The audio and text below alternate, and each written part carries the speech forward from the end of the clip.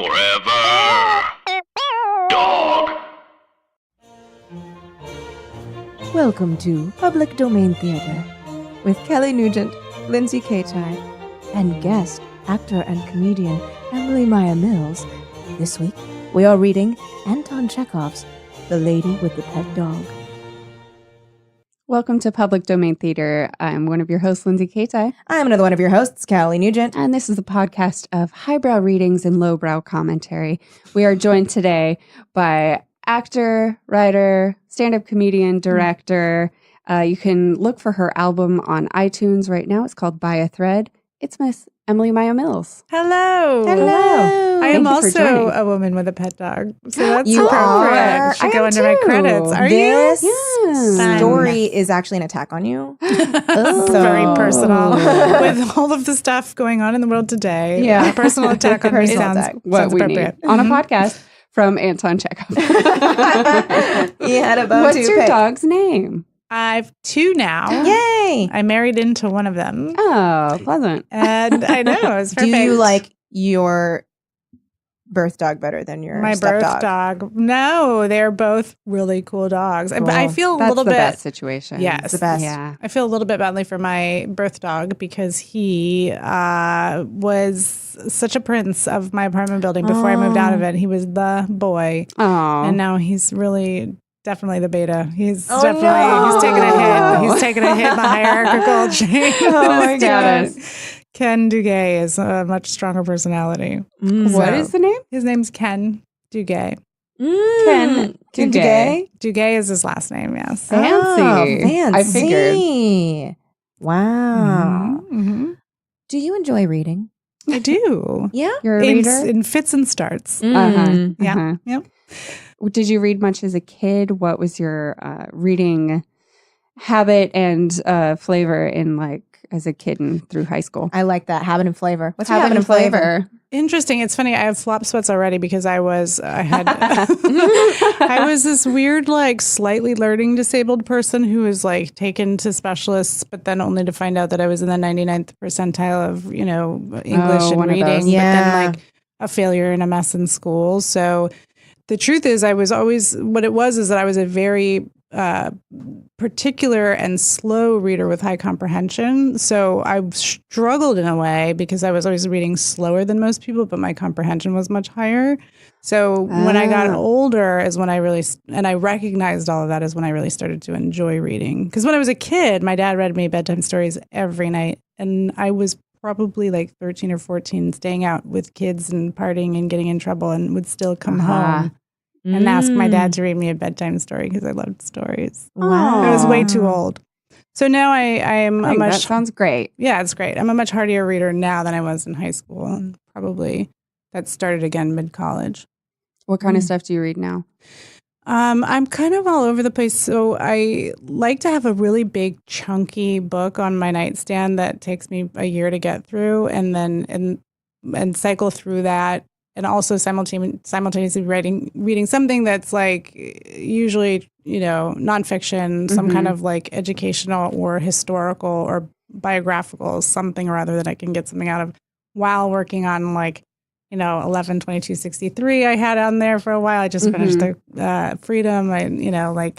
Just chunky, way too big to carry to the beach, but I have it on my nightstand just to kind of like A nightstand chip through. read. Yeah, chip through over time. And like that goes in fits and starts for real. Like if I have insomnia, I'll stay up, 6 hours one night and get through a chunk of it and then not see it again for 3 weeks or 6 weeks or something. I typically keep like a Buddhist or like some kind of like philosophical psychology type book by my on my nightstand because whatever I read before bed influences my dreams so heavily. Really? Interesting. Yeah, there was a period where I was reading, oh God, I can't remember that Brian Greene book about like string theory. Mm-hmm. Uh-huh. And it was invading my dreams with like math and quantum physics. And it was like a problem. not in a way where it was like, oh, I'm so smart, or like, oh, I'm really absorbing the material. It was like a torture. It was like a weird torture thing. Yeah. Were you dreaming about the equations or the result of the equations, or sort of just a bunch of paperwork? Somehow the concept and the numbers. The numbers were Interesting. like, it was like I was having nightmares about numbers. It was weird. Do you ever realize in your dreams you can't read? Yeah. Yeah. Like you can't, like you'll read like snippets, but like it all will evaporate like out of your head. So like if you're thinking, am I in a dream? Like try to read something. And apparently try to look in the mirror because it won't work. Yeah. The look in the mirror thing. Oh, I've looked in the mirror in a dream. I But don't what if think I you're I've have. read a sentence dreaming in a that you're a dream. vampire? And then that makes sense. And then you don't know. And you're like, well, duh, of course I don't Still see don't myself know. because I'm a Still don't vampire. know. Yeah. Yep, And then yep. you don't know that. I've been having like night terror type, like very horrifying, very violent dreams because I kept, because I'm playing that fucking Walking Dead Telltale thing and I'm cutting off limbs left and right and it's not working out. Like I said, It's- you can't do that right before bed, Kelly. But I do. I know that you do. I know. You're telling us you And do. then Don't do it. It's just horrible nightmares. I had a dream where 4 people exploded on me. Horrible. On you? And it was separate Specifically. explosions on me. Oh, Like where it was like I was no. trying to like stop it and then like they would explode and I was like, nah. And then like I'd be like, oh my God, over there. And I'd have to run and like try and stop it. Horrible. That's awful. And I woke up with heartburn. Horrible. I wonder if that will. Stop Oh, that. that explains a lot, though. Mm. What came first? Yes. The heartburn or the exploding people? I think Dream. my heartburn makes me have scary dreams. Yeah. So if I have spicy food or salty food before dinner or before Yeah. sleep. Yeah. I used to, at one point, I worked a graveyard shift, Mhm. which I don't recommend. I was sleeping during the day while the world is Yeah. alive. And so Yeah. all that God. stimulation outside, plus the the penetration of some kind Sure. of light or whatever it is, it's just ambient kind of life outside. There's no way you can sleep without really violent nightmares. It was one of the most horrible and exhausting times of my life. I had an eye twitch for a really long time, and I went to the doctor for my eye twitch, and she was like, well, here's a bag of Zoloft. I don't know. Oh, no. I was like, what? That's not what you want a doctor to say. Oh, my God. Our system. One Yeah. of my friends, he claims this is because of the iPhone X, that he got a constant double eye twitch that lasted for months. Mm. They did Botox, went away. Botox. You know what? I have heard that. Yeah. I have heard that in steroids. Because it'll kill the muscle. My most recent Kill thing is that it. I was, I will. Is that what My you most want? recent thing is I was working. Are you sure you want it? Kill your It's like, face. "Ugh, do I want to keep Yeah. this fucking eye twitch? My prescription for you today is to kill your face. Right there. My most recent thing was that I was working in virtual reality for a long time, like in this sort of development at a startup, and we were doing a lot of use of this Vive headset thing. And it's not great. It can't be great to have screens up against your face. You know, when we were children, they said don't sit too close to the TV, and now we just strap them to our faces. Always. And at one point, I realized I had a floater in my eye, and I was so freaked out. And I went to the optometrist and check for damage. And of course, she was like, "You don't have eye damage. You just have a floater now. It just happens eventually." And Yeah. it's Oh my unrelated. God. It's literally unrelated. Yeah, my Wow. mom has multiple floaters. Oh, Is it so it's still happening right now? yeah. Oh my God. The human Are you body. looking for it? I'm looking for it. rots. I have a few. I have You a few do? little guys. Just little guys. It was just that it happened because I was so paranoid about eye damage. Sure, of course. I didn't notice it until You were Right, looking. I was then you're paranoid. looking for Yeah. it. I was like, "Oh my Interesting. God." I am just very blind all the time. Mhm. So But you're I wearing have- cute little glasses. I am wearing Yeah. my cute little glasses today. I love them. Very cute. Thank you so much. This is my favorite of the 2 pairs that I got. But it does mean it's unsafe for me to drive. Speaking of eyes and glasses. Sure. What do you think we read something? Well, Are you I guys in agree- favor? I totally agree. I think we should read The Lady with the Pet Dog by I like Anton Chekhov. That idea. What do we know about Anton Chekhov? Russian. Very Russian. Oh, you girls Chekhov's got gun. it. Ooh. Chekhov's So many gun. sisters. Okay, we did this last time, and Lindsay was very good at this. What year do we think he was born? Oh. I'm going to say 1843. No, that was What do you say? older. Oh. Chekhov. 17. Chekhov. 16. How old was 16. I when Chekhov was born? 1820s. Okay, you were closer. 1860. Oh. Damn it. I was going to go there and I was like, surely he wasn't born during the Civil War. Well, here we go. But he was. He was. Did he Or care? He was in almost. Russia, right? No, I'm Not our just in Civil War. context Yeah. of time for me. Right. I Because we, see. as For me, Americans, Civil are the War center of is the what all- universe. Yes, Yeah. yes. I'll And who use cares that what's as a happening in Russia? marker. He died in 1904. He is correct, Russian. Playwright, short story writer, considered a master of both forms. He also worked as a medical doctor throughout his life and was quoted as saying, "Medicine is my lawful wife and literature is my mistress." Chekhov, you wit. Cad. You cute little saucy wit. little bastard. Anton's mother, Yevgenia, was an excellent sounds storyteller who entertained the children with tales of her travels with her cloth merchant father all over Russia. Mm. Ooh, his father, Pavel, was a physically abusive religious fanatic. Oh, Oh, no wonder. Oh, that's why he's so cold You and gotta have depressing. one or you won't be creative. Yeah. Anton. One of those parents has got to be bad. Anton. Okay, listen to this quote by him. Very sad. "Despotism and lying so mutilated our childhood that it's sickening and frightening to think about it.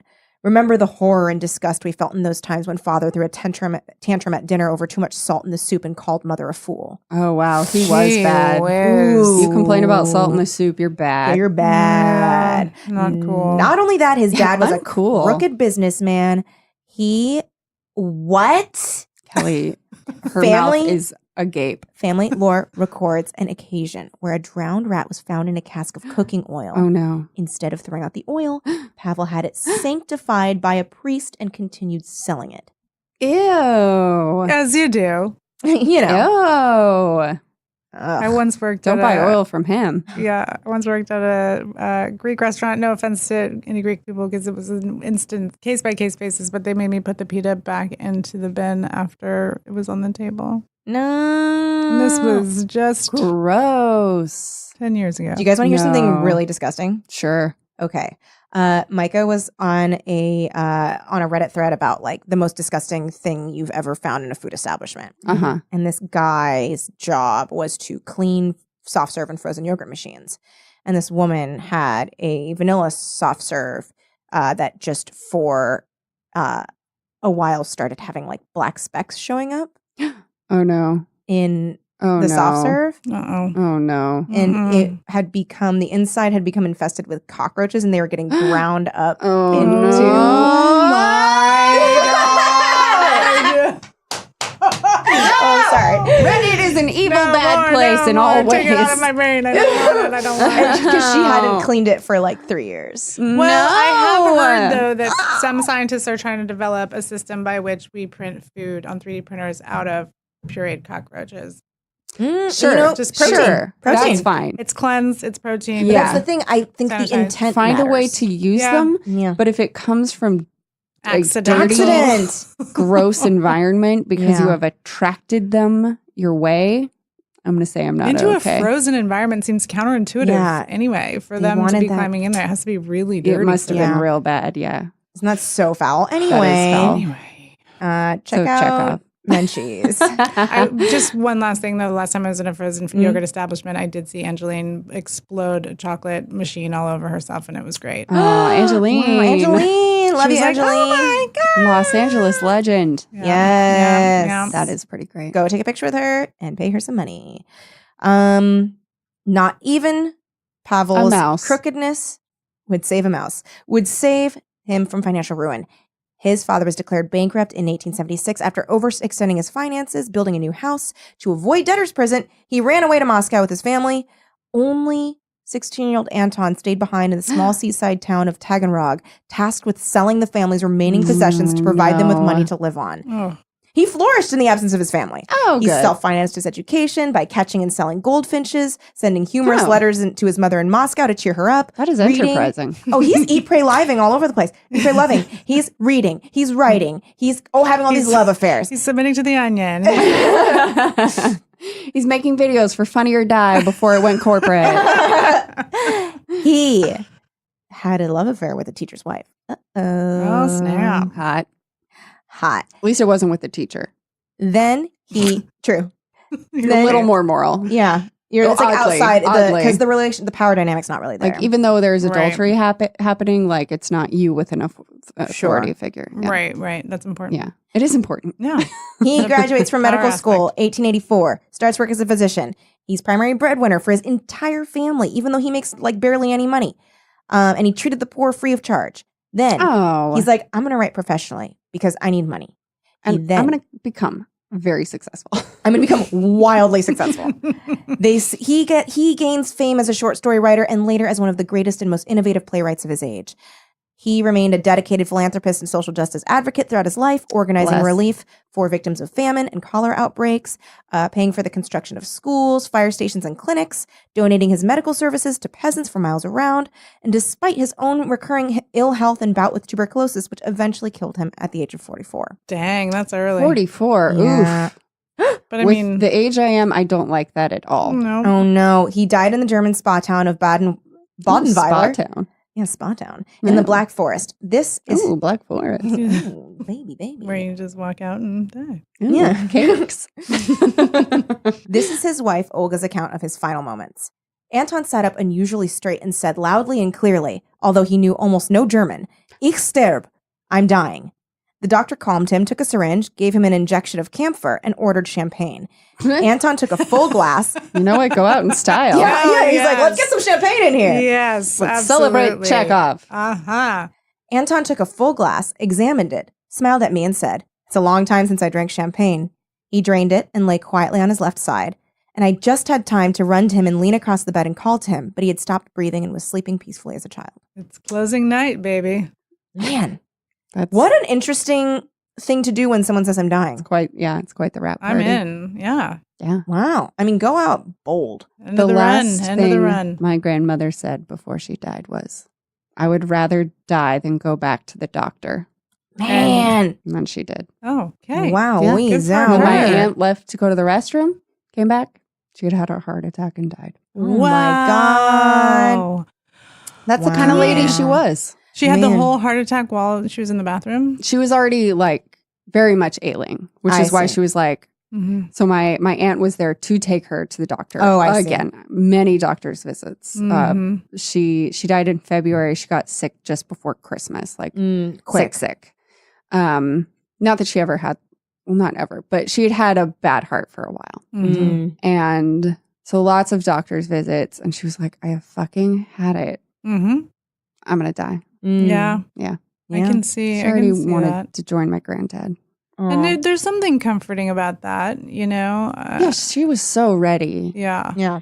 My grandmother, I always felt there was something kind of fun and comforting about her and her sister being so demented in their final, months and days that they were in this loop about, talking about 1936. They no idea. You'd leave the room, they'd be like, "No, who are you?" And one of my Yeah. favorite things, I pulled out a computer to transcribe some of their conversations about 1936, and my grandmother, With each other? yeah, with each other. They could keep up with each other about that time specifically. That's It amazing. was pretty amazing. That's kind of beautiful. It Yeah, really it is beautiful was. that they had each other for that. Yeah. And I pulled out my computer to transcribe, and my grandma said, "Oh, you better watch out. She's going to sue us." I was like, She's going to sue us.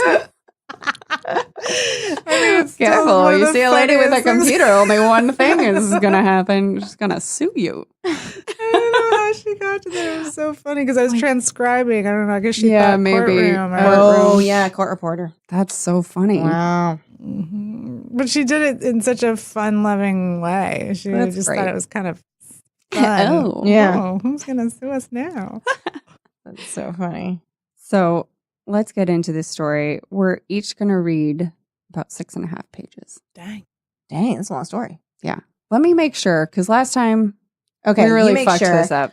It was said that a new person had appeared on the seafront, a lady with a little dog, Dmitry Dmitrich Gurov, who had by then been a Oh, fortnight good. at Yalta, I'm really going to nail all of these names. and so was fairly at home there, had begun to take an interest in new arrivals. Sitting in Verney's pavilion, he saw, walking on the seafront, a fair-haired young lady of medium height, wearing a beret. A white Pomeranian dog was running behind her. Juno! Juno. Studio dog Juno, Brett's dog shout is out. named Juno. She's a very beautiful little Pomeranian. Oh. Oh. And afterwards, he met her in the public gardens and in the square several times a day. She was walking alone, always wearing the same beret, and always with the same white dog. No one knew who she was. Why would she be with not the same white dog? Yeah. And Why we would were- she have yeah. different one? Yeah, Because she different works for white WAG. dog. KGB dogs.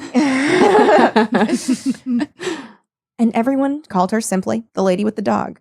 If she is here alone without a husband or friends, it wouldn't be amiss to make her acquaintance, Grub reflected. Okay. You can That's just why talk it was to her. weird. Yeah, you can Yeah. just literally be like, hi, I was what's her like, name? why is this so weird? And it's because she didn't have a chaperone. Yeah. She's just a lady out for a walk. She's Which is like, what? wild. Yeah. She's Witch, wild. witch. Yeah. Burn her. He was under 40, but he had a daughter already 12 years old and two sons at school. Accomplished. He had been married young when he was a student in his second year, and by now his wife seemed half as old again as he. She was a tall, erect woman with dark eyebrows, Oh, staid, erect. Have a good erect woman. erect eyebrows, staid and dignified, and, as she said of herself, intellectual. Rude. I don't Oh, think you get to That say that about immediate yourself. implies. Yeah, we know what kind of lady she is now. She read a great deal, used phonetic spelling, called her husband not Dmitri. Oh, not Dmitri, but Dimitri. So there, instead of an I being in between D-I-M. The phonetic Yeah. spelling. Mm-hmm. And he secretly Was that like a fancy thing for Russians? I Like, do oh, not know. fancy phonetic spelling for Americans. or- I Maybe. do not know. Dimitri. I'm He- very intellectual, Dimitri. Dimitri. Is that what Dimitri. they were like in the sack? She was just like, tell me I'm intellectual. And with her erect eyebrows. He secretly considered her unintelligent, narrow, inelegant, was afraid of her, and did not like to be at home. Wow. Whoa. What is this, the 1980s? He had begun being unfaithful to her long ago, Whoa. had been unfaithful to her often, Whoa. and probably on that account, almost always spoke ill of women. And when they were talked about in his presence, used to call them the lower race. But their fault. Whoa. Let's admit it's their fault. It's their fault and her fault. It's his wife's fault. Oh, Yeah, I'm definitely her saying fault. whoa because I'm like, whoa, impressive, correct. I'm like, wow, Wow. let's fuck. I'm always like so impressed when somebody's right. When somebody's Makes that my right. eyebrows so erect. Yeah. It seemed to him that he had been so schooled by bitter experience that he might call them what he liked. He's an incel. And yet he could not get on for 2 days together without the lower race. In the society of men, he was bored and not himself. With them, he was cold and uncommunicative.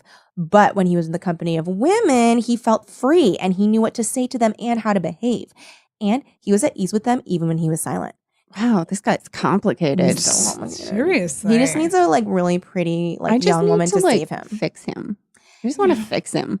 In his appearance, in his character, in his whole nature, there was something attractive and elusive which allured women and disposed them in his favor. He knew that, and some force seemed to draw him to them. Experience, often repeated, truly bitter experience, had taught him long ago that with decent people, especially Moscow people, always slow to move and irresolute. Every intimacy, which at first so agreeably diversifies life and appears a light and charming adventure, inevitably grows into a regular problem of extreme intricacy, and in the long run, the situation becomes unbearable. But at every fresh meeting with an interesting woman, this experience seemed to slip out of his memory, and he was eager for life, and everything seemed simple and amusing. One evening, he was sitting in the gardens, and the lady in the beret. Eager Look for on my life face. means I'm like, throbbing. Yeah, yeah. I mean, Yeah, he has a boner. I see. I see. Hard for life. Also tattooed on his dick. Yeah. One evening, he was dining in the gardens, and the lady in the beret came up slowly to take the next table. Her expression, her gait, her Oh, dress, yeah, it's on. and the way she did her hair told him that she was a lady, that she was married, that she was in Yalta for the first time and alone, and that she was dull there. The stories told of the Oh. immorality in such places as Yalta are to an extent Oh, untrue. shit. He despised them. And he knew Oh. that such stories were for the most part made up by persons who would themselves have been glad to sin if they'd been able. But when the lady sat down at the next table 3 paces from him, he remembered these tales of easy conquests, of trips to the mountains, and the tempting thought of a swift, fleeting love affair, a romance with an unknown woman whose name he did not know, suddenly took possession of him. Ew. He is all over the place right now. He's like, oh my God, look at this woman. She's a lady. She's from this place. It is said to be sinful. I know it's not, but now I can't stop thinking about it. He beckoned coaxingly to the Pomeranian, and when the dog came up to him, he shook his finger at it. Sly. The Pomeranian growled. Gurav shook his finger at it again. The lady looked at him and at once dropped her eyes. He doesn't bite, she said, and blushed. Uh-oh. May I give him a bone? Oh, He asked. Yeah, of course. When she nodded, he asked courteously, have you been long in Yalta? 5 days. Wait, where did he get a bone? He's holding it in his pocket, as all men do. Okay. Or he's just happy to see her. Is that a bone in your pocket for my dog, or are you just happy to see me? And I've already dragged out a fortnight here. There's a brief silence.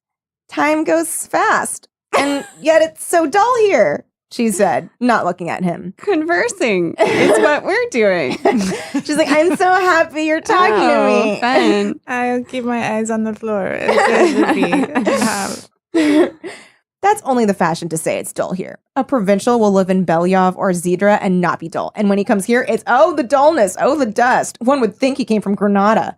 She laughed.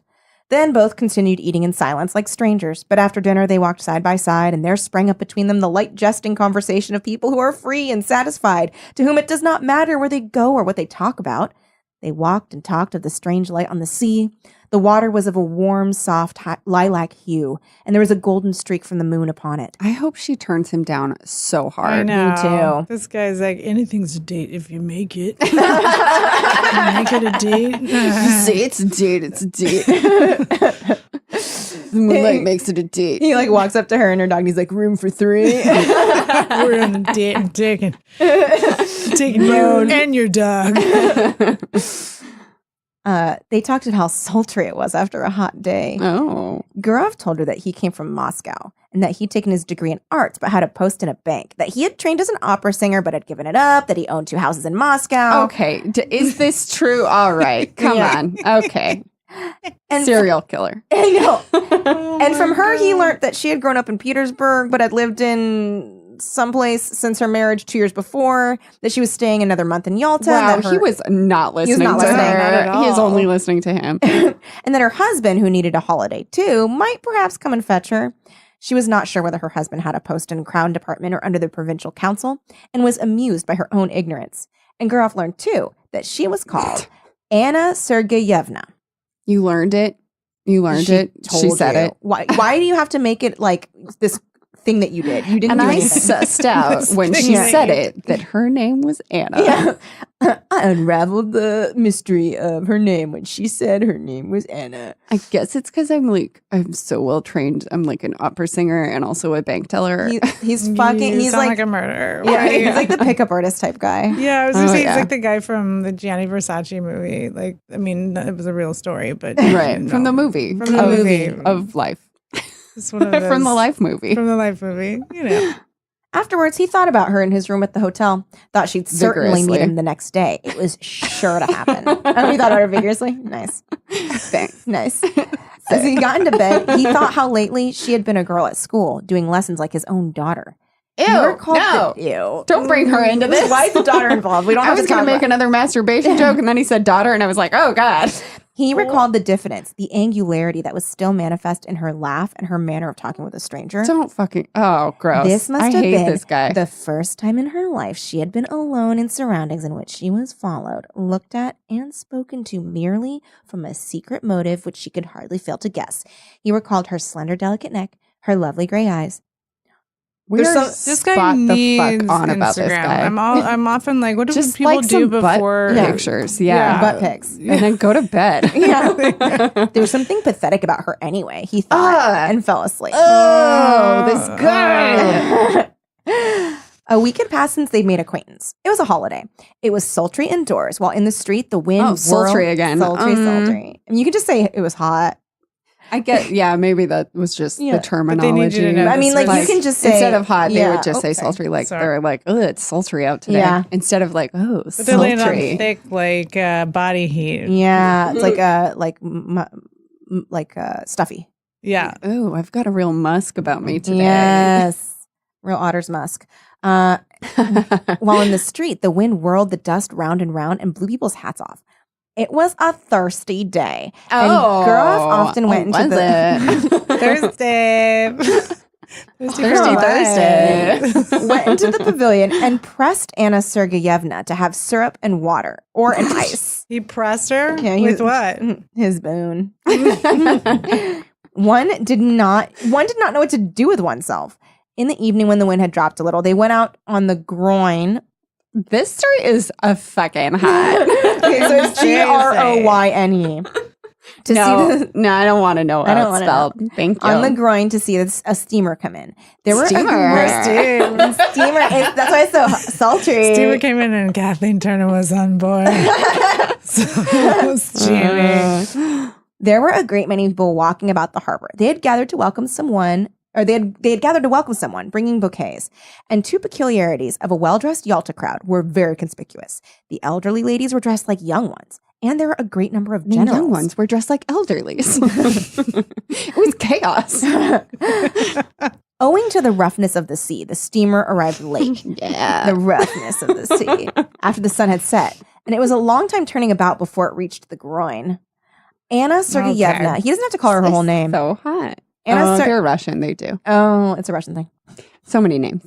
Anna Sergeyevna looked through her lorgnette at the steamer and the passengers as though looking for acquaintances. And when she turned to Gurov, her eyes were shining. She talked a great deal and asked disconnected questions, forgetting the next moment what she'd asked. She was drunk. Then she dropped her lorgnette in the crush. The festive crowd began to disperse. It was too dark to see people's faces. The wind had completely dropped, but Gurov and Anna Sergeyevna still stood as though waiting to see someone else come from the steamer. Anna Sergeyevna was silent now and sniffed the flowers without looking at Gurov. "The weather's better this evening," he said. "Where shall we go now? Shall we drive somewhere?" She made no answer. Then he looked at her intently and all at once put his arm around her and kissed her on the lips and breathed in the moisture and the fragrance of the flowers. Shit. She was just sniffing flowers. What is he doing? What is he doing? That is a turn. And he immediately looked around him, anxiously wondering whether anyone had seen them. "Let us go to your hotel," he said softly. Whoa. And both walked quickly. Oh, shit. Chekhov. The room was close and smelled Chekhov. Oh, shit. The room was close and smelt of the scent she had bought at the Japanese shop. Oh. Gurov looked at her and thought, what different people one meets in the world. From the past, he preserved memories of careless, good-natured women who loved cheerfully and were grateful to him for the happiness he gave them, however brief it might be, and of women like his wife who loved without any genuine feeling, with superfluous phrases, affectedly, hysterically, with an expression that suggested it was not love nor passion, but something more significant, and of two or three others, very beautiful, cold women. He hates smart women. He hates smart women, on whose faces he had caught a glimpse of a rapacious expression, an obstinate desire to snatch from life more than it could give. And these were capricious, unreflecting, domineering, unintelligent women, not in their first youth. And when Gurov grew cold to them, their beauty excited his hatred, and the lace on their linen seemed to him like scales. Guy fucking sucks. I mean, really he is burn bad. him. Yeah, he's bad. Really, he hates smart women. He hates independent women. He hates all he women. hates strong women. He hates women not older in their, women. Yeah, not in their first youth women. Yeah. Yeah, he likes women who he can compare to his daughter Yeah. Ew. and domineer. Yeah. He needs to take a long walk up a short dock. Yeah. But in this case, there was still the diffidence, the angularity of inexperienced youth, an awkward feeling, and there was a sense of consternation as though someone had suddenly knocked on the door. The attitude of Anna Sergeyevna, the lady with the dog, to what had happened was somehow peculiar, very grave, as though it were her fall, so it seemed, and it was strange and inappropriate. Her face dropped and faded, and on both sides of it her long hair hung down mournfully. She mused in a dejected attitude like the woman who was a sinner in an old-fashioned picture.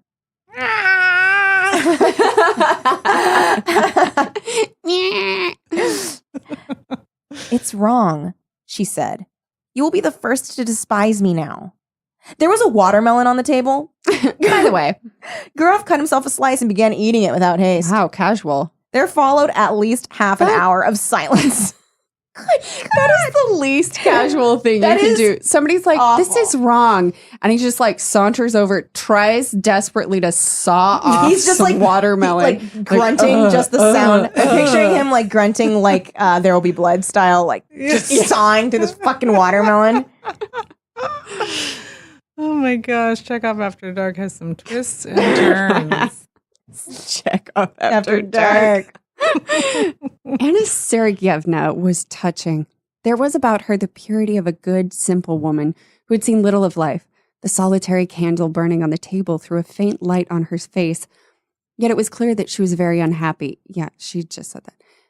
How could I despise you? Asked Gurov. Gurov? Is that how we're saying it? Yeah, sure. Bless Yeah. you. You don't Thank know you. what you're saying. God forgive me, she said, and her eyes filled with tears. It's awful. You seem to feel you need to be forgiven. Yeah, she just said that. You fucking... What the fuck? He Forgiven? thinks he's so insightful, and Like, it's she's literally like- he's just repeating what she's saying. I need forgiveness. I feel like you need forgiveness. He's Shut like, up. yes, Nailed high it. five. Good conversation. Then they Score. sat there for another half hour Yeah. in silence. Willie chewed the watermelon rind. Forgiven? No. I am a bad, low woman.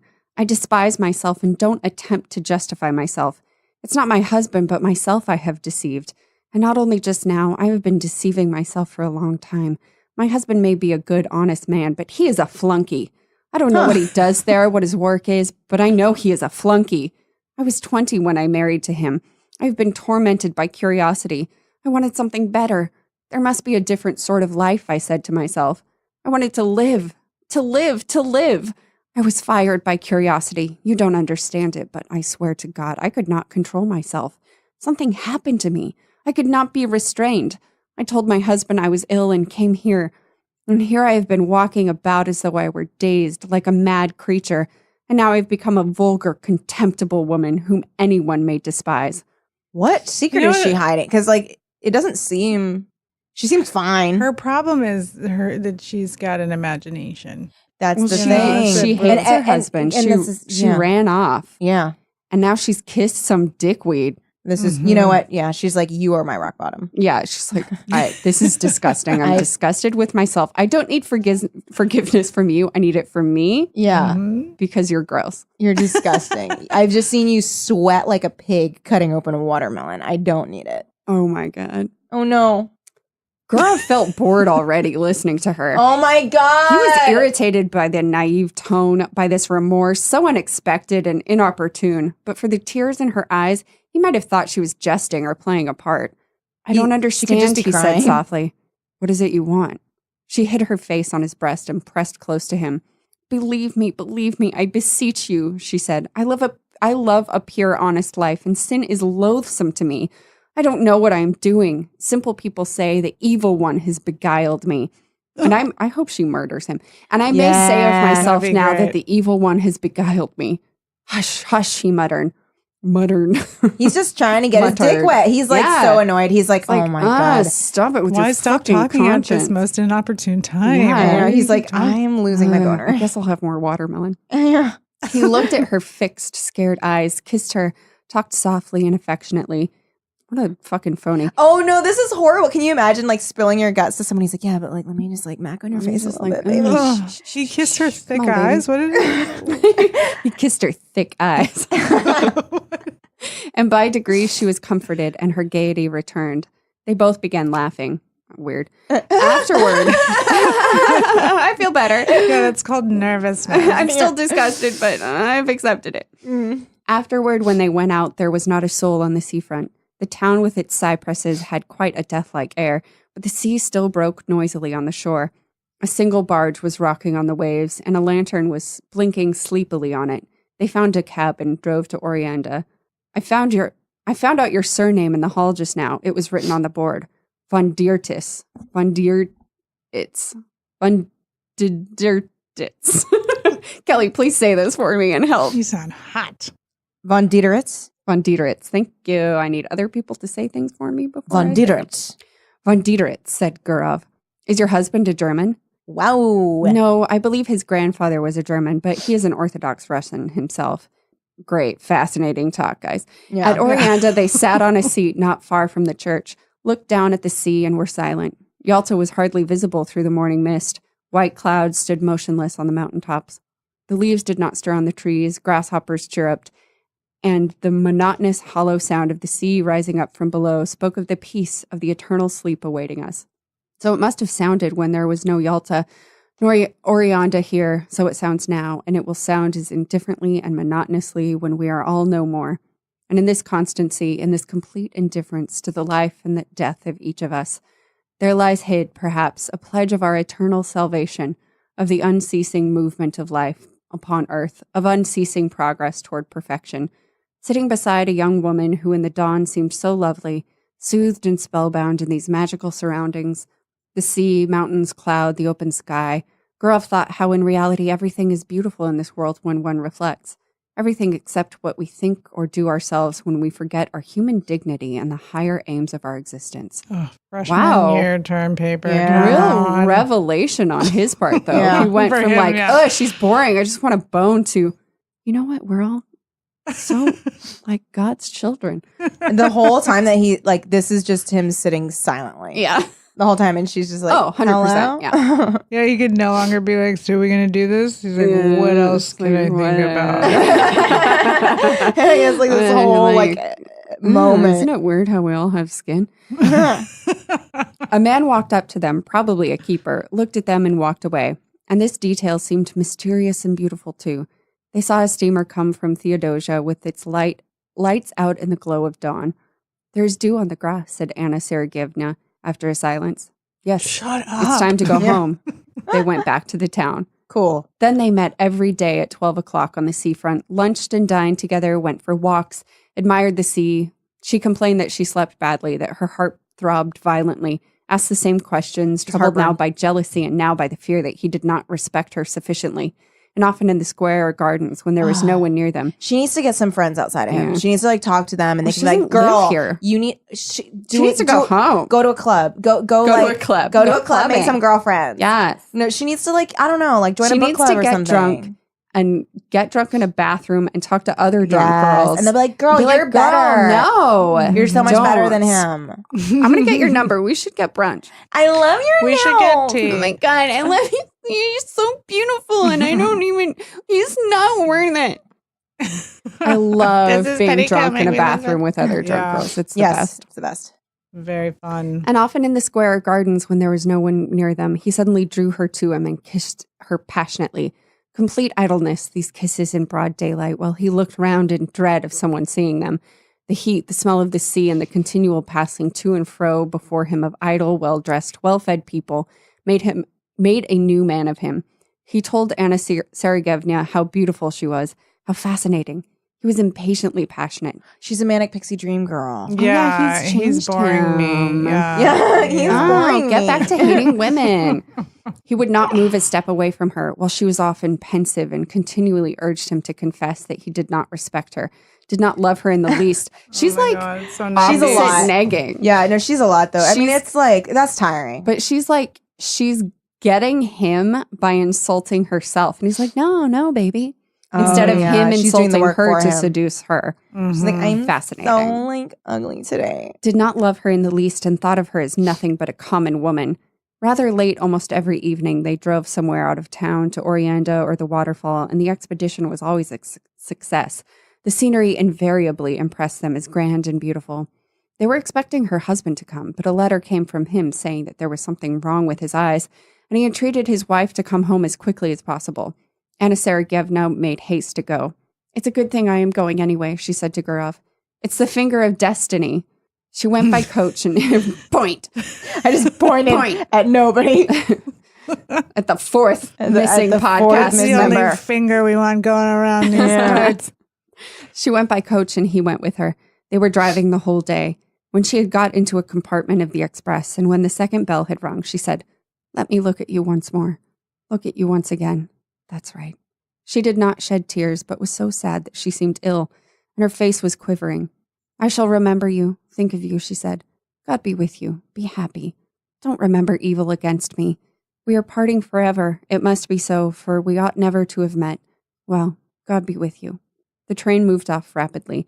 Its lights soon vanished from sight, and a minute later there was no sound of it, as though everything had conspired together to end as quickly as possible that sweet delirium, that madness. Left alone on the platform and gazing into the dark distance. He was like, that was weird. Yeah. So what Wow. a week. Oh, boy. Ooh, brother, girl, gets into it again. Gurov listened to the chirrup of the grasshoppers and the hum of the telegraph wires, feeling as though he had only just waked up. And he thought, musing, that there had been another episode or adventure in his life, and it too was at an end, and nothing was left of it but a memory. He was moved, sad, and conscious of a slight remorse. He's really changed. I know. Thank Get on goodness with she it. helped him be better and then left. He was a woman. This young woman whom he would never meet again had not been happy with him. He was genuinely warm and affectionate with her, but yet in his manner, his tone, and his caresses there had been a shade of light irony, the coarse condescension of a happy man who was, besides, almost twice her age. It's lost in translation. Yeah. A little bit. A little bit. Mm. Yeah. Mm. Yeah. Mm. Well, I would A like little him bit. better if he was Bill Murray, but Yeah, agreed. I thought for a second you were saying that this story is getting lost in translation from Russian. And I was like, huh. I see. I mean, I kind of get what the Maybe. story's doing. Yeah, it's like, I don't get it at all, you Okay, guys. okay, I okay. read every single word. I don't know what I'm saying. All the time she had called him kind, exceptional, lofty. Obviously, it seemed to her different from what he really was, so he had unintentionally deceived her. Here at the station was already a scent of autumn. It was a cold evening. It's time for me to go north, thought Gurov as he left the platform. High time. At home in Moscow, everything was in its winter routine. The stoves were heated. Whoa, so hold up. And He was away from his family this whole time? I Oh my think God. now it's... Oh, yeah. did he go back up to Moscow? Who was he so afraid was going to see them in the square? Also, People. he's fine to be seen walking around and doing romantic things with her, but he's I feel like he's not being secretive enough. Not even close. Yeah. Not he even was close. living on the thrill. Oh, you know? absolutely. I don't know what his It's deal can you is. believe we could get caught? Yeah. So hot. The stoves were Does he heated. not have a job? Yeah, what is he doing? Fucking man of leisure. Oh, this is Oh, yeah, olden that's times. right. He's not doing anything. He's He's, a This man is of like leisure. olden times. He's just like old. just old and He's just like rich. so old and rich. It was still dark when the children were having breakfast and getting ready for school, and the nurse would light the lamp for a short time. Papa, are you staying? Poppy, can you hear me? The frost had begun already. When the first snow has fallen on the first day of sledge driving, it is pleasant to see the white earth, the white roofs, to draw soft, delicious breath.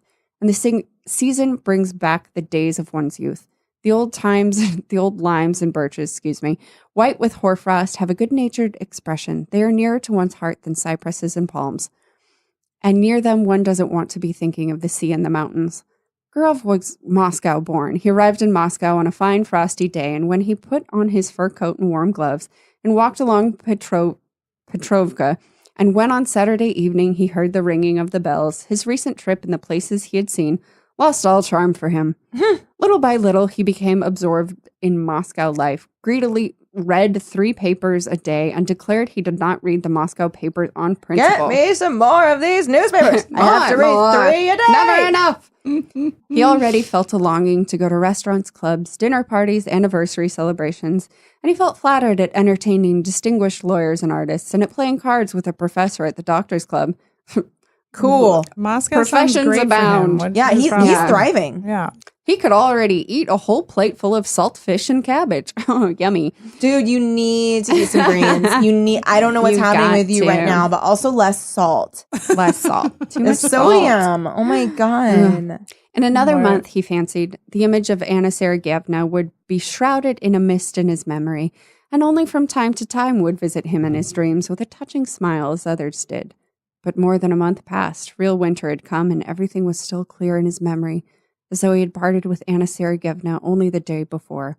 And his memories, and I'm sure that every time I say Sergeyevna, it sounds slightly different, so my apologies. And his memories glowed more That's and great. more vividly. When in the evening stillness he heard from his study the voices of his children preparing their lessons, or when he listened to a song or the organ at the restaurant, or the storm howled in the chimney, suddenly everything would rise up in his memory. What had happened on the groin, and the early morning with the mist on the mountains, and the steamer coming from Theodosia, and the kisses. Great. Just repeat the entire Yeah, story. we already again. saw remember. it. You like this chick. We You like remember. her. Chekhov. He would pace a long You're time really about into his this chick room. who's not your wife. Okay. Yeah. We were just reading You're it. still remembering her. Remembering it all and smiling. Then his memories passed into dreams, and in his fancy the past was mingled with what was to come. Anna Sergeyevna did not visit him in dreams, but followed him about everywhere like a shadow and haunted him. When he shut his eyes, he saw her as though she were living before him. He obsessed. Yeah, no. And she seemed to him having visions. Yeah.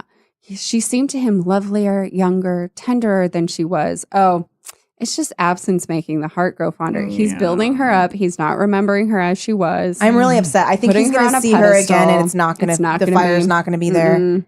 Oh, I'm hoping that his life is drained of purpose because he becomes so obsessed. you know what I'm hoping? That he like loses his wife and family because he's so obsessed with this memory, and then he sees. He can't stop vigorously remembering her. He's constantly vigorously remembering, and then he sees her. He sees her in real life, and he's like, "Oh, it wasn't."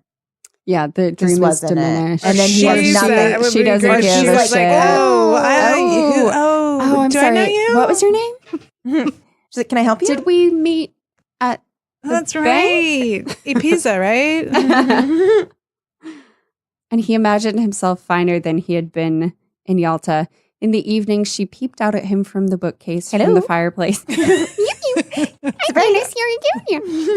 From the corner, he heard her breathing, the caressing rustle of her dress.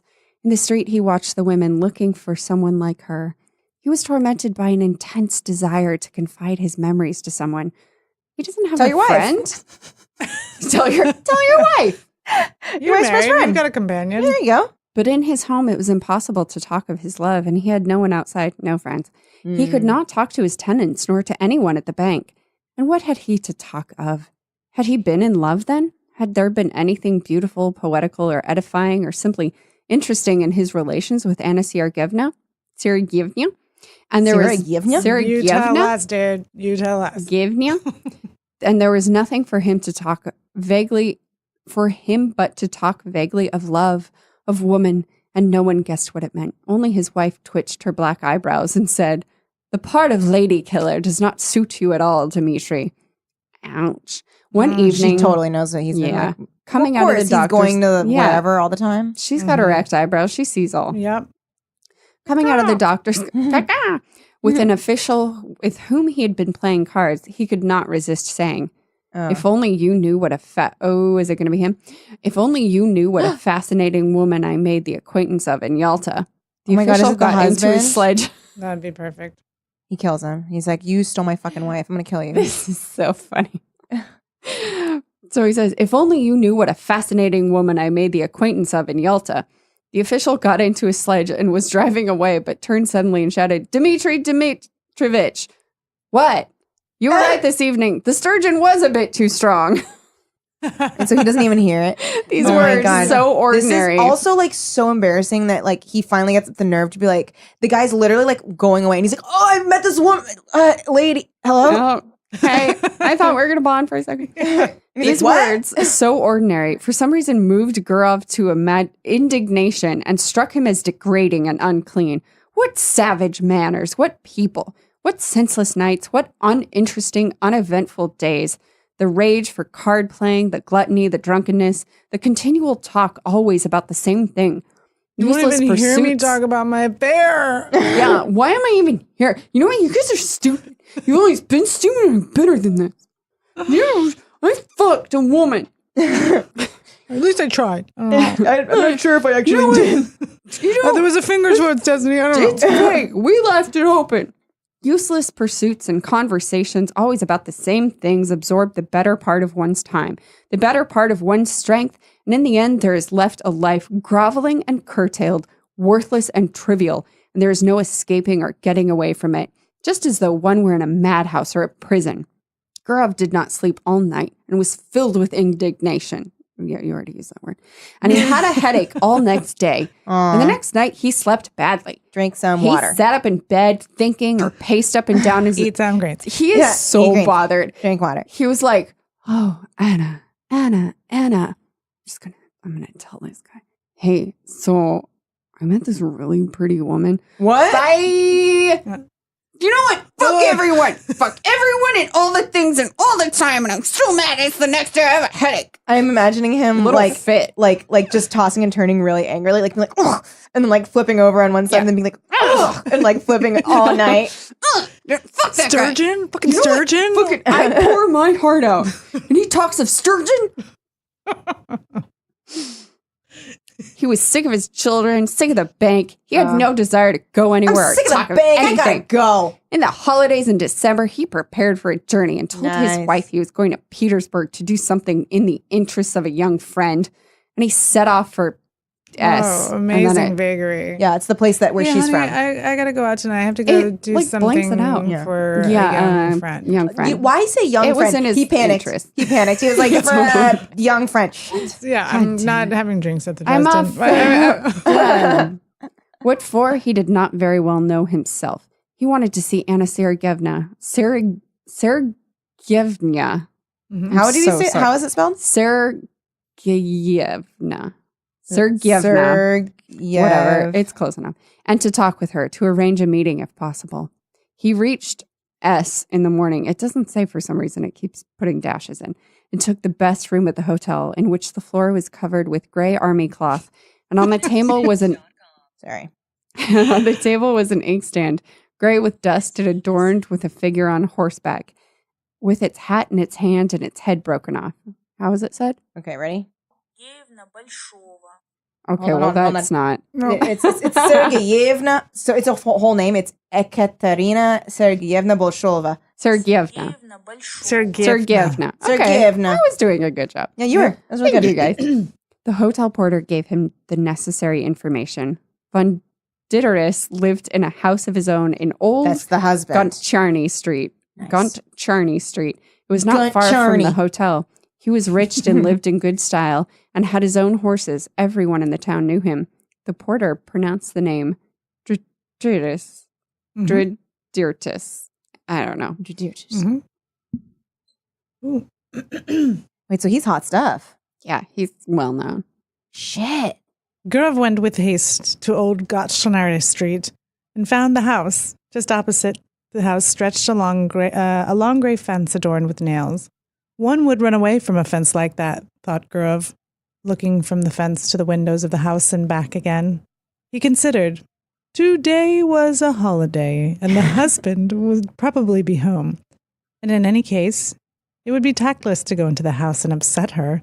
So, Yeah, it would. Yeah, Yeah. maybe just like call first. yeah. He's like, I'll call. try to call a meeting between my balls and your face. I'm sorry.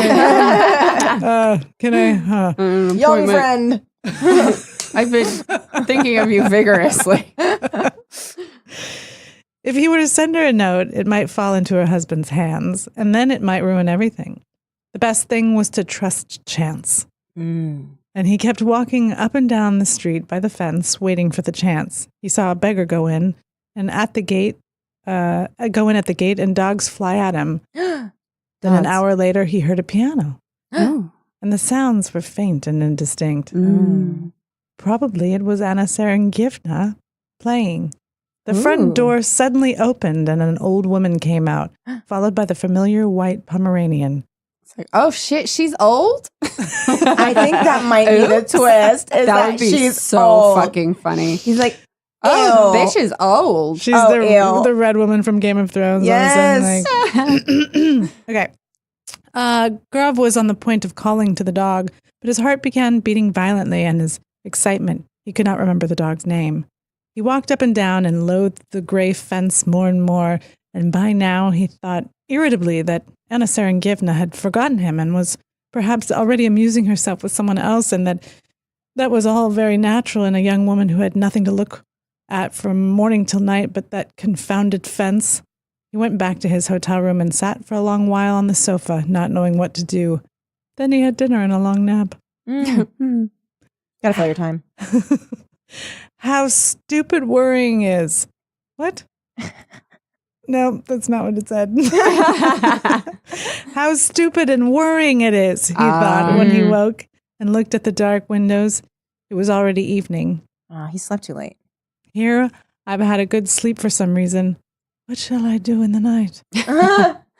He sat on the Think bed. vigorously. Yeah. Creep viciously. Yeah. Keep it on the down low. Yeah. Nobody else like, is supposed to know. Chill out for a little bit. He sat on the bed, which was covered by a cheap gray blanket, such as one sees in hospitals, and he taunted himself in his vexation. So much for the lady with the dog. So much for the adventure. You're in a nice fix. You dirty, dirty little boy. For once, he hates himself. Good. Good. We're on the Let it right track happen. here. We're There you go, finally girl. zeroing in on who the asshole is here. That morning at the station, a poster in large letters caught his eye. The geisha was to be performed for the first time. He thought of this and went into the theater, thinking to himself, I'm an opera singer. I like geishas. Does he really say that? No. Oh, I was like, cool.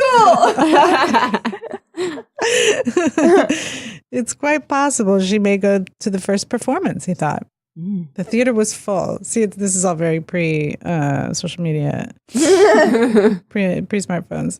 It's quite, the theater was full. Yeah, just check our Twitter, bro. Yeah, bro. Did you check in drop on- a pin. Check in. On Foursquare? In those days, it was just, Foursquare? Yeah. She's the mayor of Geisha. Foursquare. she's the original Foursquare. They met in a park. Foursquares, come Nice. on, quad. All right. She invented it. The theater was full. As in all provincial theaters, there was a fog above the chandelier. The gallery was Classic noisy. provincial theater. Classic. Fog inside. The Bourgeois. old fog up there before the chandeliers. From all the, pipe smoke maybe? Sweat, pipe smoke. Mm. Nice. The gallery was noisy and restless. In the front row, the local dandies were standing up before the Ooh, beginning of the cute. performance with their hands behind them. In the governor's box, the governor's daughter, wearing a boa, was sitting in the front seat. Literally a boa. Slither. Snake. Snicky. While the governor himself lurked modestly behind the curtain with only his hands visible. Why? Wait, so his hands are just Yeah. out? out on stage? That's not lurking. That's like jazz hands. It's blowing your wad. Yeah. He was doing puppets. Yeah. The orchestra was a long time tuning up. The stage curtain swayed. All the time the audience were coming in and out, taking their seats. Gurov looked at them eagerly. Anna Sergeyevna came too. Oh, she did. Oh, Damn. so she's there. Oh, okay. She sat down in the third row, It's the hot ticket. and when Gurov looked at her, his He heart threw up. contracted. Oh. His heart barfed. And he understood clearly that for him, there was in the whole world no creature so near, so precious, and so important to him. She, this little woman, in no way remarkable, lost in a provincial crowd with a vulgar lorgnette in her hair, filled his whole life now, was his sorrow and his joy. Oh, yeah. He's putting way too Yeah, much he's stuff putting on a into their pedestal. relationship. boy. Oh, you had your bets. He is really trying to make her his savior. She doesn't think about him at all. No. Or every time she does, she's disgusted Oh yeah, with herself. she gets that like thing where you like, She's like, you "Ugh." feel it in your She's gut. like, You're like, oh I god. almost, It's like when you God. remember Trump as president. Yeah. Oh god. Oh, no. boy. Oof. Oh. Okay. whoa. She whoa. filled his whole life now, was his sorrow and joy, the one happiness that he now desired for himself. And to the sounds of the inferior orchestra, of the wretched provincial violins, he thought how lovely she was. He thought and dreamed. A young man with small side whiskers, tall and stooping, Small came- side whiskers. all right, it's one style you can have. Came in with Anna Serengevna and sat down beside her. He bent his head at every step and seemed to be continually bowing.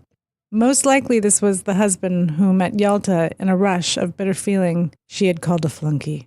And there really was, in his long figure, his side whiskers, and the small bald patch on his head, something of the flunky's obsequiousness.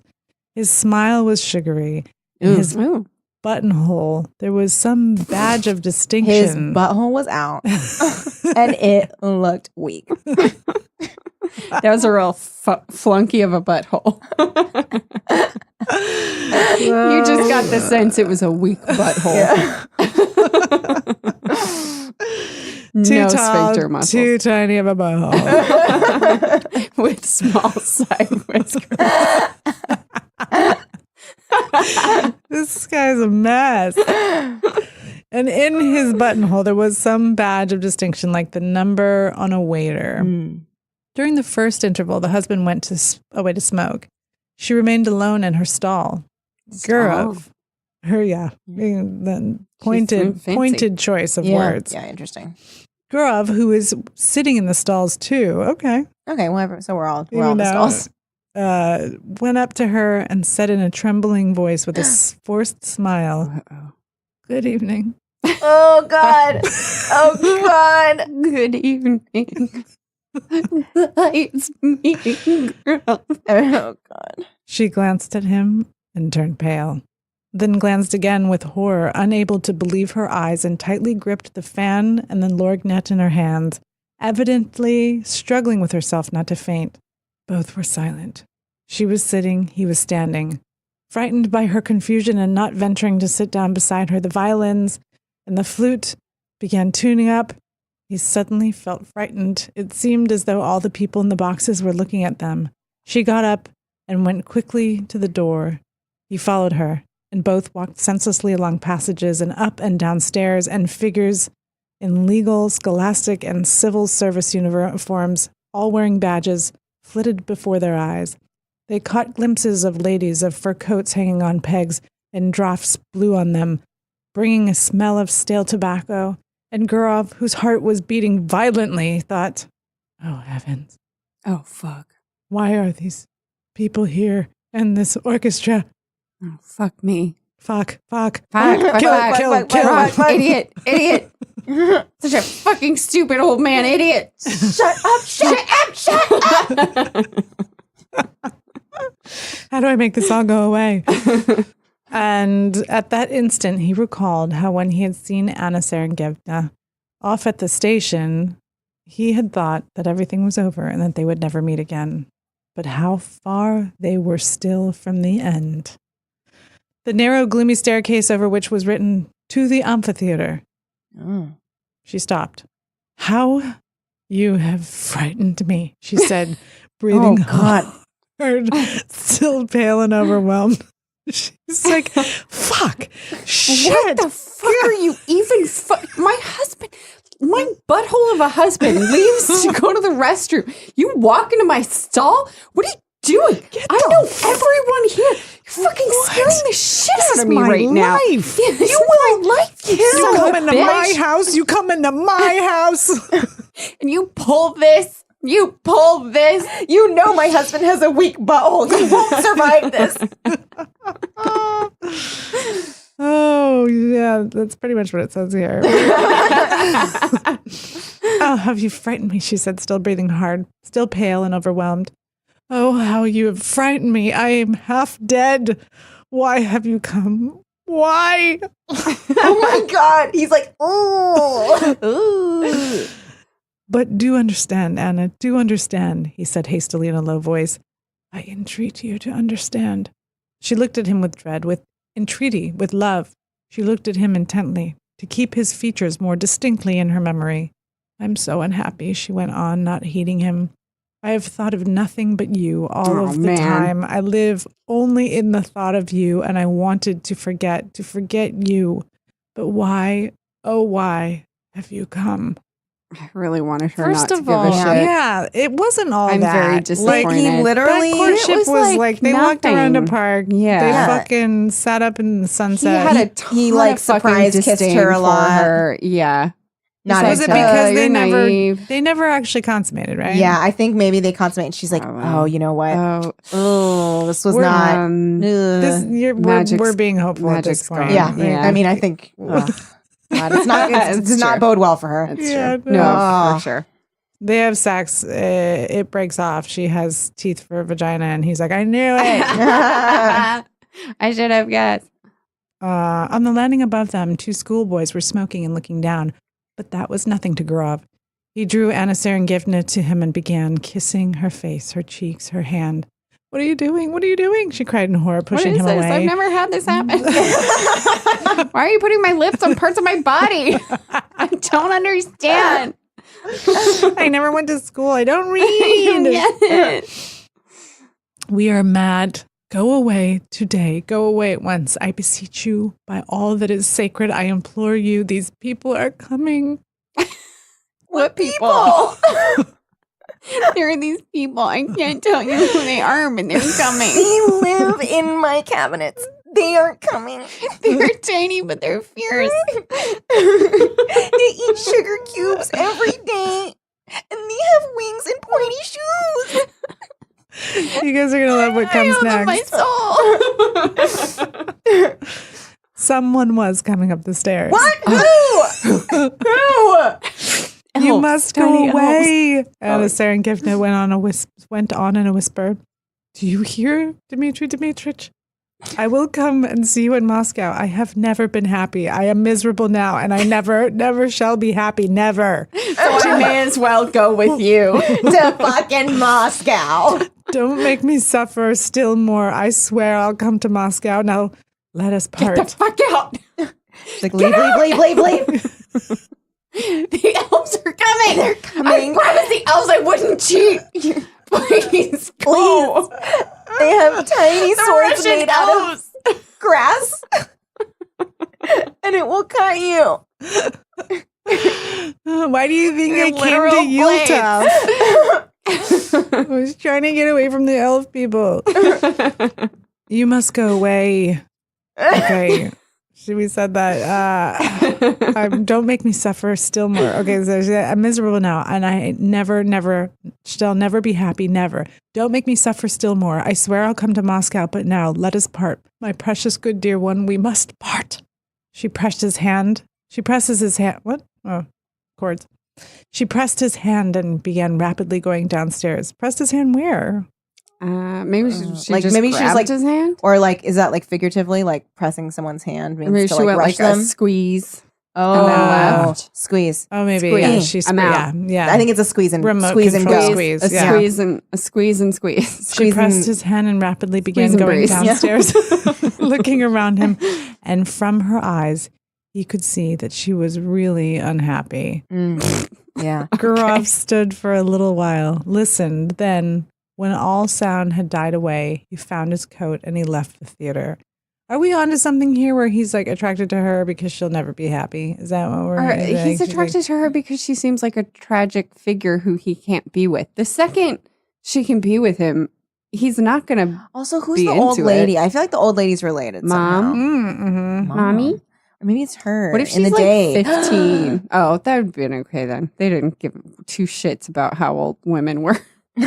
If she was 15? Yeah. Oh, he would love it. Yeah. He'd be all Yeah. about it. Oh, he'd what if love she's it. 8? What if she's his daughter? Yeah. Oh, twist. The old woman in the story was 36. Oh, that's so old. Kill myself. Anna Serengeyevna began coming to see him in Moscow. Okay, great. Oh, okay. Really? Well, cut. This is all Okay, right. well, interesting. Once in 2 or 3 months, she left. Wait, what? How the fuck? What is this story and how does it end? Brett, I thought I who knew where this isn't was in this going. room. Once in 2 or 3 months, she left. What this looks like? It says S dash dash dash. Oh, yeah, that's the place where she what lives. it's been calling it the whole Okay. time. That's the weird It place looks she like- lives. Once or twice in 2 or 3 months, Just say she shit. left shit, Yeah. She lives in telling shit. her husband that she was going to consult a doctor about an internal complaint. Ooh. She's like, my like, I'm on my vagina period. acting up. I can't right now because I'm on my period. It's lady stuff. I have to file a lot of paperwork. I have to go to a German spa. German spa town in Black Forest. Oh my God. Okay. And her I have husband cramps. believed her. Why wouldn't he? And he did not believe her. Oh, okay. Oh. What? Ooh, hey. Okay. Oh, my Ooh. God. he's got levels. In Moscow, she stayed at the Slavinsky Bazaar Hotel, and at once sent a man in a red cap to Gurov. Gurov went to see her, and no one in Moscow knew of it. Nice. I'm Once- again really bummed that it's requited. Yeah, me too. Yeah, it's boring that it's Yeah. requited, Mhm. to be It is. honest. So you When guys, does he so get you his guys met up. comeuppance? You met up here and you walked around the park. You met up there and you walked around the park. They're just like sneaking around in different cities. It's not very Yeah. fun. Yeah. Good to If I don't get Chekhov. some elf people, Yeah, I'm gonna be soon, so fucking mad. or some kind of like old young lady at the same time, Yes. or whatever. If I don't One- get a witch or some elf people, I'm out. then I can hardly consider this a Chekhov story, for he is famous for His Yeah. witches and elves. Witches and elves. Witches and elves. Yeah. His His plays. complex Yeah, witches and yeah. elves love Mhm. stories.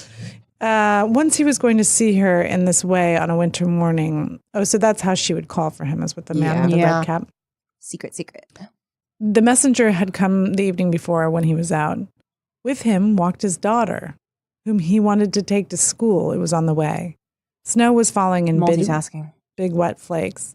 I'm sure she is gonna love that when she finds Yeah. out. Yeah, speaking Yeah, of I big, took you big to wet school on flakes. the way to like fucking around on your mom. Yeah, Cool. I love Cool, that cool, cool. memory. So cool. That's Yeah. awesome. You remember my dad? He used to drop me off at school on his way to fuck some lady. So I'll go to It's- dinner. And that's why I drink so much wine, kids. It's 3 degrees above the freezing point, and yet it's snowing, said Gurov to his daughter. The thaw is only the surface of the earth. There's quite a different temperature at a greater height in the atmosphere. And why? Snooze. And why are there no thunderstorms in the winter, Father? He explained that too. Great. Yay, can't wait. He talked, thinking all the while that he was going to see her, and no living soul knew of it, and probably would never know. He had 2 lives, one open, seen, and known by all who cared to know, full of relative truth and relative falsehood, exactly like the lives of his friends and acquaintances, and another life running its course in secret. I like how he thinks he's the only one doing this. I know, Yeah. he's Wow, like, everyone else is just living exactly the lives they appear to live, whereas only I am I'm a sneaking lying around. bastard. I'm the first one to ever think of being a I'm the lying first cheater piece in of the world. yeah.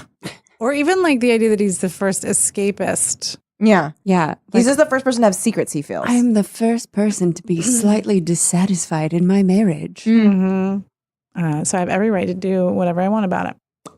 Okay. So and through some strange, perhaps accidental conjunction of circumstances, everything that was essential, of interest and value to him, everything in which he was sincere and did not deceive himself, everything that made the kernel of his life was hidden from other people. And all that was false in him, the sheath in which he hid himself to conceal the truth, such, for instance, as his work at the bank, his discussions at the club, his lower race, his presence with his wife at anniversary festivities. Okay, we've heard about that. All of that was open. And he judged of others by himself, not believing in what he saw, and always believing that every man had his real, most interesting life under the cover of secrecy and under the cover So of he night. thinks everyone is doing this, but men, but only men. Only men. But he has evidence the woman he's doing this with is doing this. Yeah. He's just Right. like, Idiot.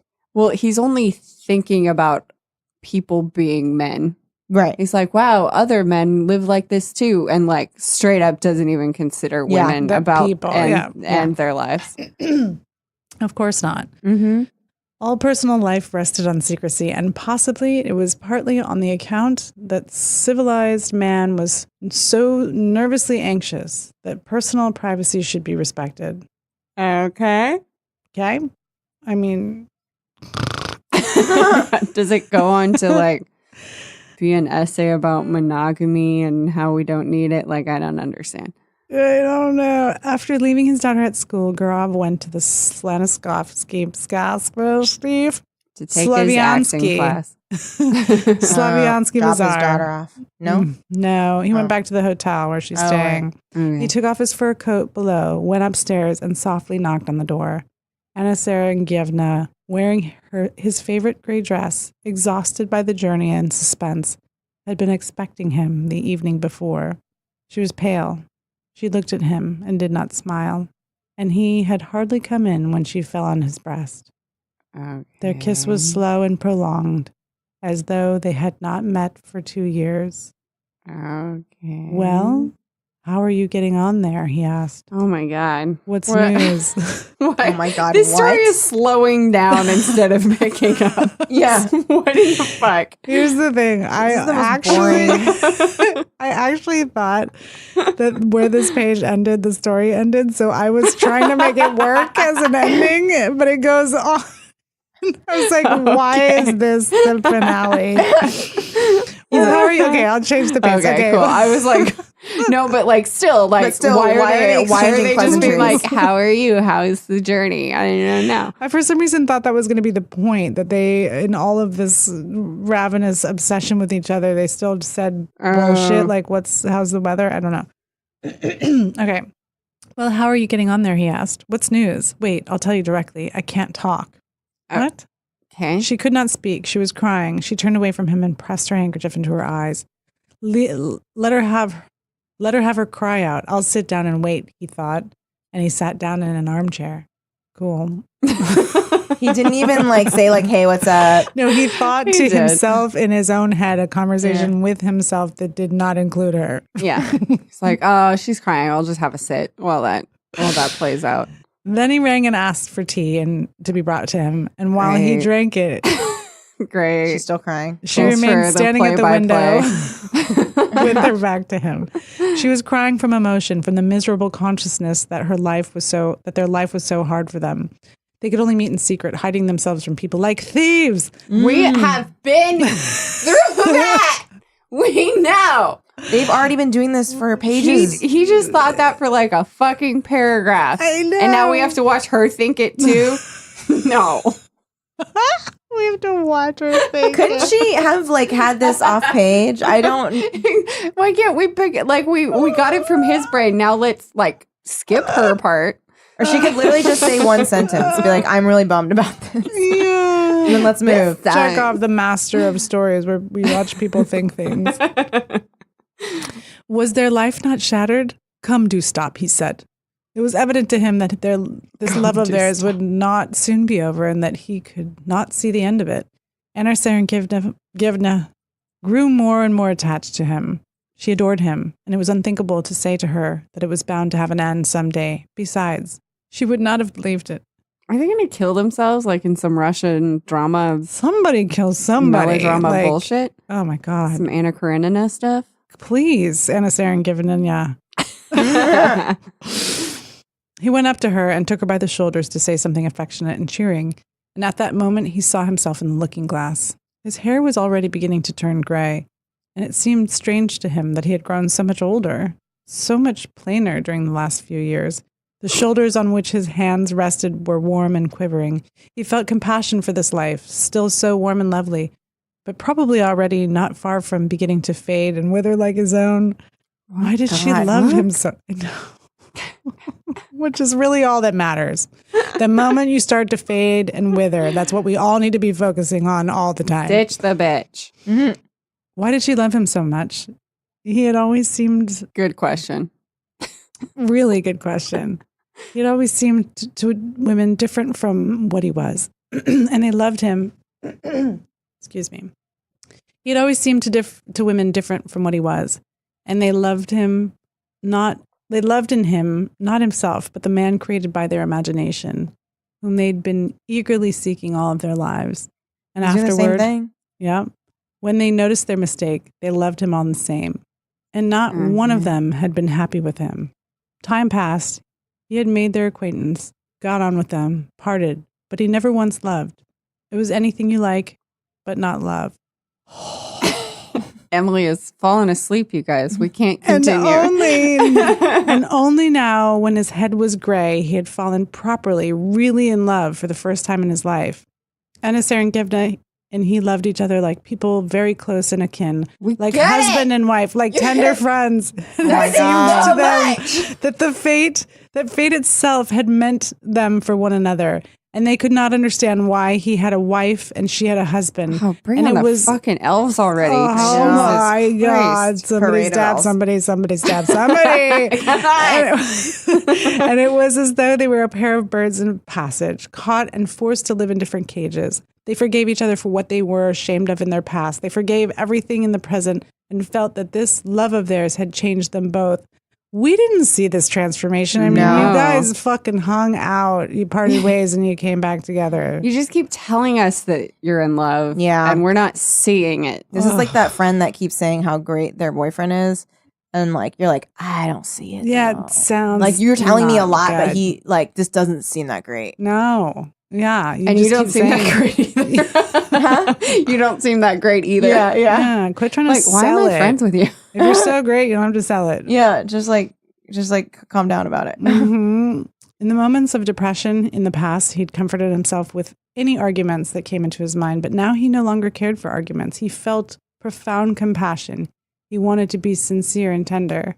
Don't cry, my darling, he said. You've had your cry. That's enough. Oh my God. Cut Fucking it out. stop it. Shut it down. Shut it down. Shut it down. Let us now Let talk. us fuck. I know. He's like, I've been Let us waiting now for fuck. years for this. Ugh. Let us talk now. Let us think of some plan. They spent a long while talking counsel together, talked of how to avoid the necessity for secrecy, for deception, for living in different towns and not seeing each other for a long time. How could they be free Divorce from and this run away to another intolerable town. bondage? Yes. How? How? He asked, clutching his head. How? Run the fuck away. And it seemed as though in a little while the solution would be found, and then a new splendid life would begin. And it was clear to both of them that they had still a long, long road before them. There are no cats in America. That the most complicated and difficult part of it was just beginning. And here we are. I'm now improvising because that was the end of the story. What? Oh my God. Oh my God. Oh my God. Oh my God. Oh my God. Oh my God. Oh my God. Oh my God. Climax. Are you out there? There was no climax. There was- Nobody ever that was fucked. the end? There was no climax. So they're the just weak like- butthole and the finger of destiny never. They never met.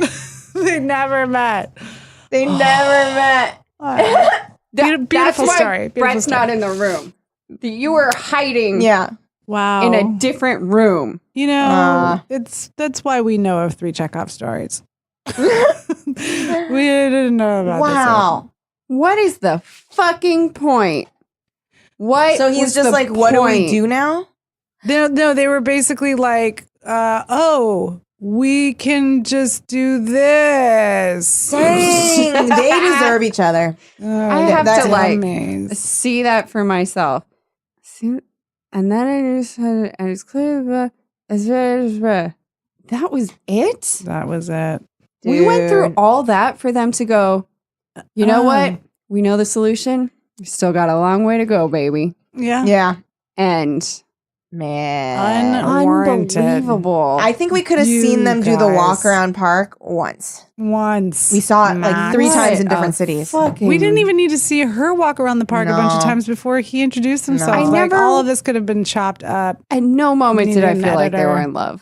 No. We just kept being told they were in love. Yeah, but they Also, sat on a I don't cliffside. like them. Like he I don't was a like them. dick. She was a fucking wet blanket. They all sucked. she did was say, "I will never be happy." Yeah. Never, never, I will never- And all I'm he terrible. ever said was like, God forgive women me. like me. They don't even get me, but they like me anyway. And I never liked them, and now I like her. Why? Why does she like me? I don't know. This is hard. And he's like, "Oh, she's crying. I'll just sit here and wait for it to be over." Compelling. No, Are they done. supposed to be anti-heroes? I mean, this was like predates the... I mean, maybe Chekhov, like ahead of his time. You know what? Pro the story. Just kidding. Just kidding. You know what? I I love think it. it's a classic, actually. Instant classic. I thought about it for a second. Very Best story I've ever out of read. its time. Best. wow. Thank you so much. Thank you so Oh much my for gosh, reading it this was a with us. delight. being Honestly, here. I liked It was joking a about delight. how boring Yes. that story was with you guys. 'cause It's all, it was, no matter what we read, it is always a pleasure to have a good friend read it with Oh, us. so fun. Absolutely. I loved it. Love story time. Do you have anything you'd like to plug? You know, yeah, I have a monthly show. If you guys are in LA, if you're ever in LA, there's a really fun monthly show, stand-up show at a place called Spoke Bicycle Cafe, and it's the Frogtown show once a month, second Fun. Saturdays. Actually, for the summer, we're doing twice a month, so second and fourth Saturdays, but generally it's just second Saturdays, and it's a blast. It's a big show, great lineups. Frogtown a very up and coming, cool Love, and I neighborhood love in Los that Angeles. that space too. It's Really such a great cool. space. It's right on the LA River. If you're in Yeah. LA, come. But if you're just passing through, you should visit that spot regardless. It's so beautiful.